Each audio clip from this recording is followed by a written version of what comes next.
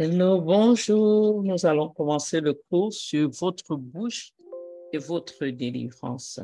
Donc, le cours s'appelle Votre bouche et votre délivrance, l'importance de ce que vous dites quand vous devez avoir la délivrance ou bien quel est l'impact de ce que vous dites par rapport à votre délivrance.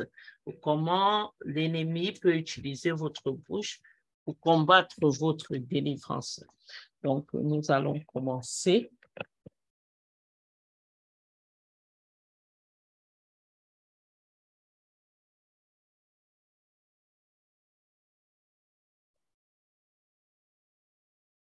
En premier, nous allons voir l'autorité du croyant. Nous allons voir l'autorité du croyant est dans sa bouche. Donc, la parole de Dieu dit que le pouvoir de la vie et de la mort est dans la langue. Nous le savons, c'est dans le livre de Proverbes. Il en va de même pour le pouvoir du succès et de la victoire sur l'ennemi. En tant que croyants en Christ, nous passons parfois plus de temps à bavarder qu'à confesser la parole de Dieu. Dieu nous a montré sa volonté par sa parole. C'est sa volonté que nous soyons guéris et que nous prospérions spirituellement et physiquement et que nous vivions même une vie de victoire sur les oppressions sataniques. Aujourd'hui, le Seigneur est assis à la droite de Dieu comme notre médiateur et il est prêt à appliquer la volonté de Dieu en notre faveur. Donc, nos paroles sont très précieuses parce qu'elles portent le pouvoir de créer le monde dans lequel nous vivons.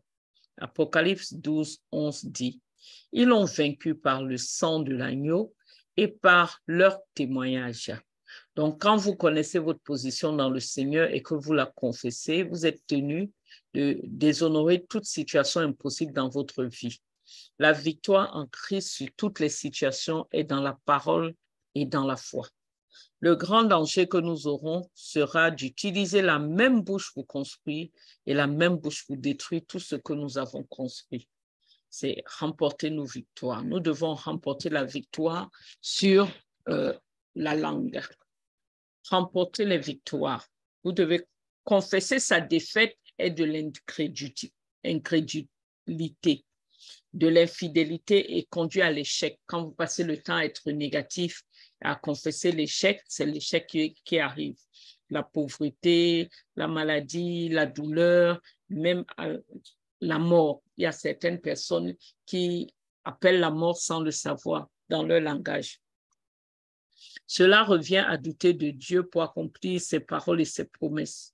C'est l'approbation de l'agenda satanique. Lorsque vous avez prié et que vous avez commencé à y mettre des doutes, vous allez à l'encontre du but même de vos prières. Dans certaines histoires, comme l'histoire de Zacharie, nous allons voir le père de Jean-Baptiste que le Seigneur a fermé sa bouche. Il ne pouvait pas parler jusqu'à ce que son enfant soit nommé. C'est Luc 1, 21. Pendant ce temps, les gens attendaient que Zacharie sorte du sanctuaire, se demandant pourquoi il prenait tant de temps. Quand il est finalement sorti, il n'a pas pu leur parler. Puis ils ont réalisé par ses gestes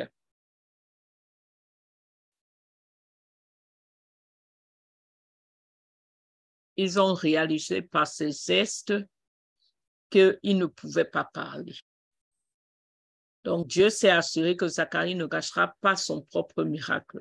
La confession négative met votre foi en esclavage et sous l'influence de Satan. La liberté en Christ. Le Christ nous a donné, nous a vraiment libérés. Maintenant, nous devons nous assurer de rester libres et de ne pas à nouveau nous lier par ce qui sort de notre bouche. Vous pouvez vous lier en utilisant vos propres mots, examiner vos mots, votre façon de penser, ainsi que ce que les autres disent. Vos mots sont la vie ou la mort. Nous allons à la prochaine. Que se passe-t-il lorsque vous parlez? Les mots contre votre destin. Si vous croyez le verdict de votre médecin et succombez aux symptômes que vous voyez et ressentez, le problème restera en place. Si vous dites que vous allez échouer, vous le ferez. Donc, vos paroles vous engagent. Vos paroles vous engagent envers Dieu. Vos paroles vous engage. Donc, nous devons faire attention à ce qui sort de notre bouche. Ésaïe 44, 26 dit, « Mais j'accomplis les prédictions de mes prophètes. Par eux, je dis à Jérusalem, les gens vivront de nouveau ici et aux villes de Juda. Tu seras reconstruite. Je vais restaurer toutes tes ruines. » Donc, Dieu s'engage à accomplir ce qui est libéré de votre bouche. Dieu n'a rien sur tant que vous-même, vous n'avez pas prononcé la parole. La parole doit sortir de votre bouche. Les anges exécutent les ordres qui sortent. Les anges exécutent en fait les paroles qui viennent de la volonté de Dieu. Donc, les anges exécutent les paroles qui viennent de la volonté de Dieu. Nous devons faire attention. C'est pour ça que ce qui doit sortir, ça doit être les promesses de Dieu. Les anges exécutent les paroles qui sortent de la parole de Dieu. Donc, ils ramassent, ils prennent tout ce que vous dites et l'exécutent à la lettre. Ce sont des messagers de délivrance. Mais quand vous avez des paroles contraires, c'est l'ennemi qui va se charger de pouvoir exécuter cela. Spécialement si vous êtes quelqu'un qui jeûne et prie habituellement, vous devez suivre vos paroles. Lorsque vous êtes en colère et que vous dites des mots offensants aux gens, vous pouvez les détruire avec vos mots. Votre bouche a-t-elle besoin de guérison? De fois, si les mots négatifs sortent beaucoup de votre bouche, vous allez vous rendre compte que vous devez guérir de votre cœur, sinon vous risquez de détruire beaucoup de choses. Quand la bouche a péché, donc nous avons Ecclésiaste 5, 6, ne laissez pas votre bouche vous faire pécher et ne vous défendez pas en disant aux messagers du temple que la promesse de ce que vous avez fait était une erreur. Cela mettrait Dieu en colère, il pourrait anéantir tout ce que vous avez accompli. Donc, votre bouche a un double pouvoir, la vie et la mort. Votre langue peut parler pour ou bien contre. Vous devez faire attention à ce que vous dites pour ne pas entraver votre percée. Comme vous considérez vos paroles comme des graines puissantes, au fur et à mesure qu'ils grandissent, vous récoltez ce que vous dites. Donc, le cœur et la bouche. Vous devez savoir que le cœur est très lié à la bouche. Luc 6, 45. Un homme bon, du trésor de son cœur, les paroles sortent. Donc, un homme bon, on le verra à travers ce qu'il dit. Un homme mauvais produit le mal, car c'est de l'abondance du cœur que sa bouche parle. Quel est le bon trésor? Quel est le trésor maléfique? Ce qui sort de ton cœur. Donc, Matthieu 15, 19 dit, « Car du cœur sortent des mauvaises pensées, les meurtres, les adultères, les fornications, les vols, les faux témoignages, les blasphèmes. Tout ça là sort du cœur. Donc, nous devons faire attention. Qu'est-ce qui sort de notre cœur? Ainsi, la guérison de la bouche pourrait se produire lorsque votre cœur est guéri. Ce qui est dans votre cœur produira des fruits à travers vos lèvres. Continue. La maladie venant du cœur. Nous allons citer certaines maladies qui viennent du cœur. 2 Rois 2, 23 à 24 dit, « Puis il alla de là à Bethel, alors qu'il montait la route, des jeunes sont venus de la ville, se sont moqués de lui et lui ont dit, « Montre-toi, ô toi chauve. » Alors il se retourna et les regarda, prononça une malédiction sur le nom du Seigneur. Et 2 ours sont sortis du bois et ont tué les 42 jeunes. Qu'est-ce qui s'est passé avec Élisée? C'est une histoire là où le prophète Élisée, par la colère, a relâché des ours contre des jeunes qui ont massacré ces jeunes. Une personne qui a de la colère, si elle est ointe, son onction agit contre. Donc, il faut faire attention. Quand vous avez la colère, l'onction peut être dégagée et il va y détruire les gens. C'est comme une bombe d'autodestruction qui pourrait exploser à tout moment. Quand nous voyons Élisée, ce qu'il a pu faire, des miracles et tout, mais maintenant nous voyons un autre côté d'Élisée. Là, à cause de la colère, il prononce des paroles qui maudissent ses enfants et ses enfants sont morts à cause d'une colère.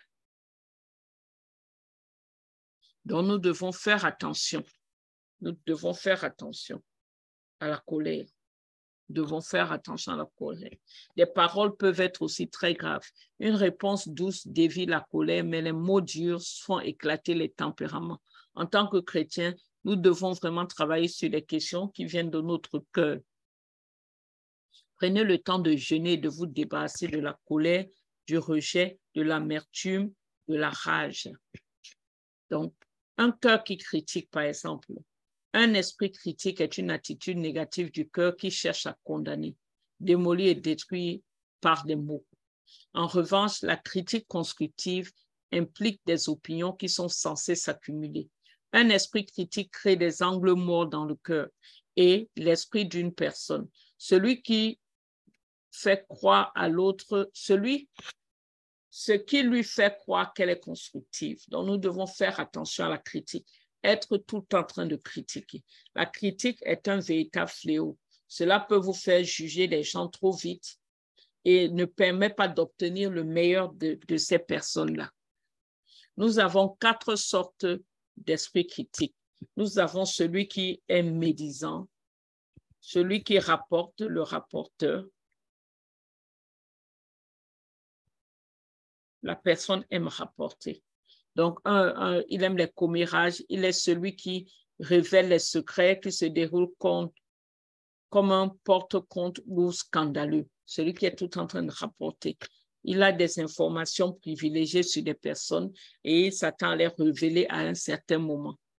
Les commérages tentent de se rendre significatifs pour l'auditeur, ne semblant être la source de toute connaissance. Nous devons faire attention aux commérages, les gens qui rapportent.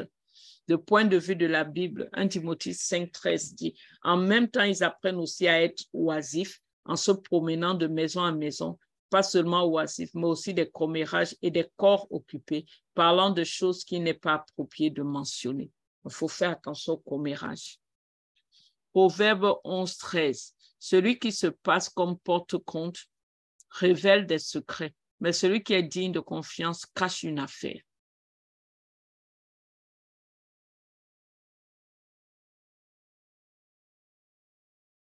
Donc, nous devons faire attention.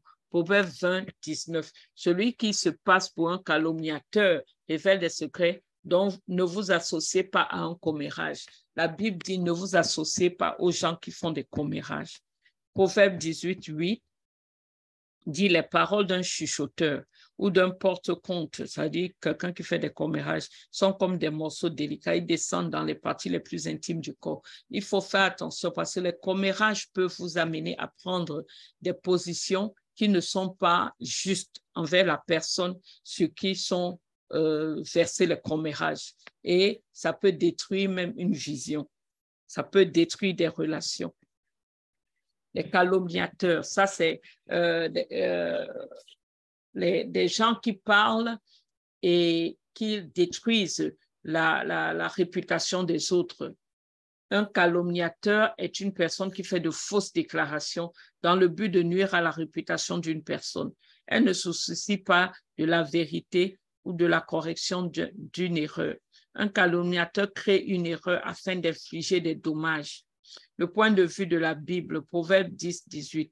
Celui qui cache la haine a les lèvres mensongères. Celui qui répand la calomnie est un imbécile. Donc la Bible décrit le calomniateur comme un imbécile. Il faut faire très attention. Proverbe 16,28. Un homme pervers propage des conflits. Un calomniateur sépare des amis intimes. Ils sont là pour amener la division. Donc il faut combattre contre ça. 1 Pierre 2,1. C'est pourquoi en mettant de côté toute malice et toute tromperie, hypocrisie, envie et calomnie.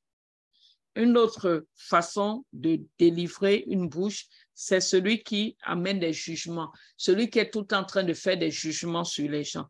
Une personne qui porte un jugement, un point de vue excessivement critique, caractérisé par une tendance à juger durement. Il y a des gens qui sont tout en train de juger. Celui-là est de Dieu, celui-là n'est pas de Dieu, en train de juger toutes sortes de choses. Il faut faire attention à ne pas tomber dedans.